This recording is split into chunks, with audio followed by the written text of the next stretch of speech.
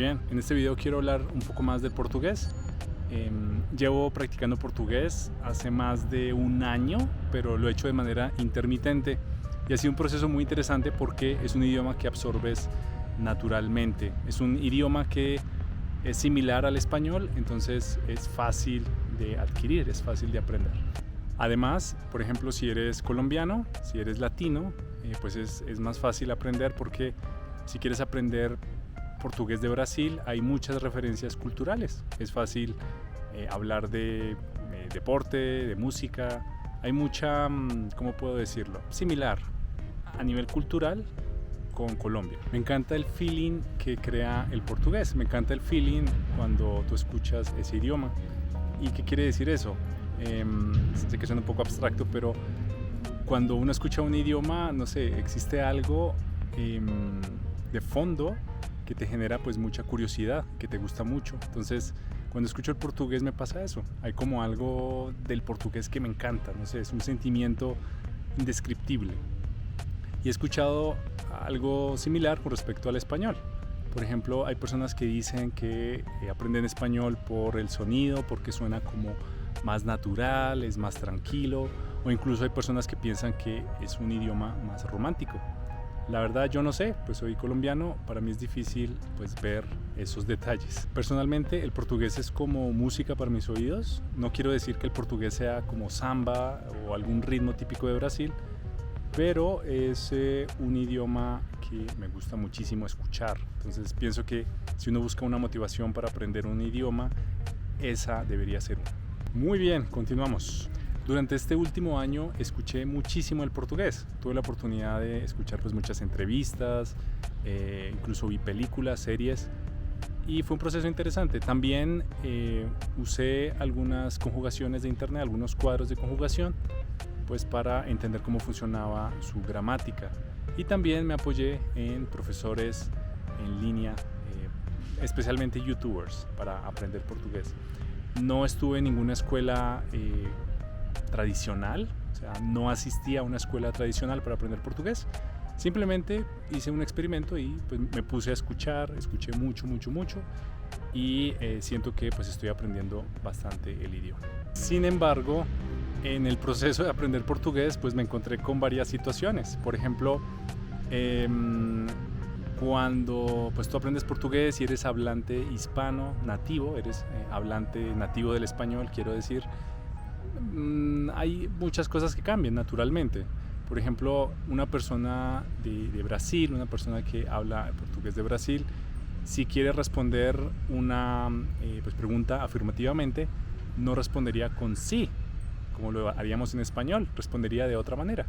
Un ejemplo sería, en español dirías algo como, pues, ¿tu nombre es Néstor? Alguien diría, sí, mi nombre es Néstor, pero en portugués no, en portugués dirían como es Néstor, como es. Entonces esas pequeñas cosas a veces son algo confusas, pero son muy interesantes.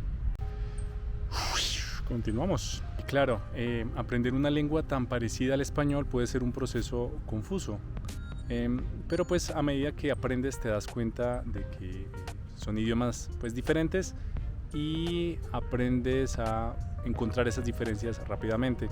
He leído, por ejemplo, que los políglotas cuando aprenden lenguas similares dicen que es muy importante alcanzar un nivel muy alto de esa lengua para que después no la confundas con tu lengua nativa o con otra lengua similar, que es lo que pasa, por ejemplo, con las lenguas romances. Recuerdo que cuando estaba empezando a aprender portugués habían palabras que tenían un simbolito en la parte de arriba, por ejemplo, como en la ciudad São Paulo. No sabía cómo era su pronunciación, había escuchado un poco a los brasileños, sin embargo, pues podría ser algo confuso, ¿no? Entonces, esos sonidos, por ejemplo, los sonidos nasales, es muy normal que sean omitidos. Por ejemplo, si eres hispano y estás aprendiendo portugués, pues es natural omitir esos sonidos. Cuando era niño, recuerdo que escuchaba a un cantante, se llamaba Eros Ramazzotti. Él no es brasileño, él no es portugués, es italiano. Sin embargo, cuando él cantaba tenía un estilo particular. Él cantaba de una manera nasal. Entonces siempre me llamó la atención su estilo de cantar. Y pues cuando empecé a practicar portugués me di cuenta que debía imitarlo hasta cierto punto.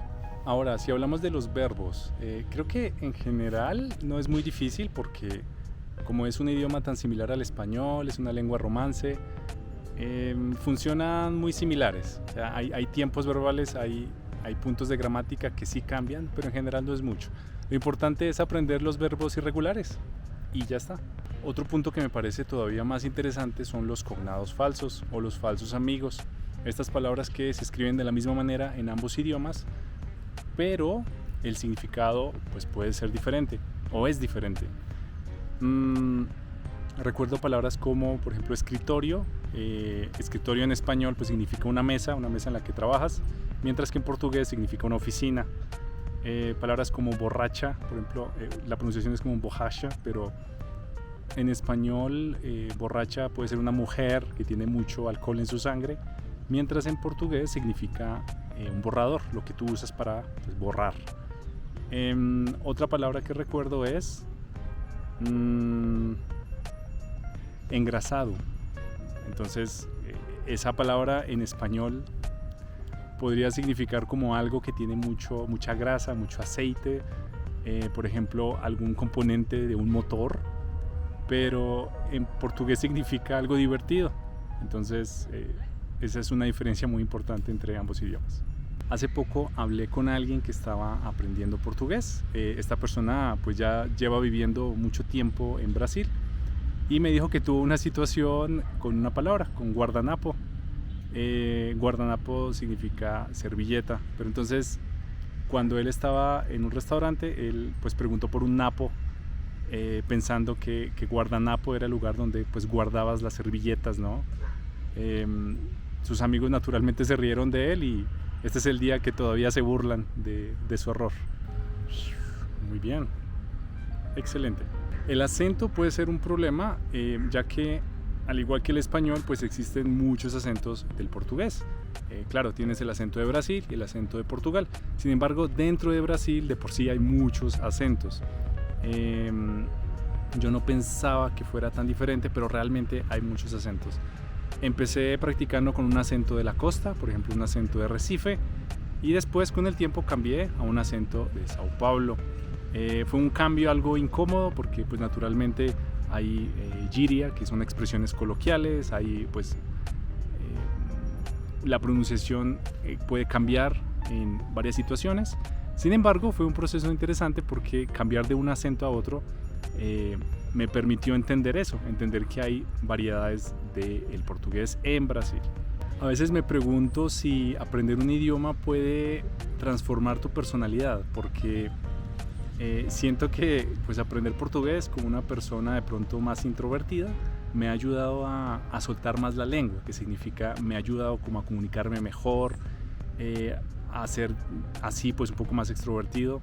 Entonces ojalá hubiera aprendido portugués mucho antes. Recuerdo una persona que me ayudó mucho o me ayuda mucho a practicar el portugués, es una persona maravillosa de Brasil.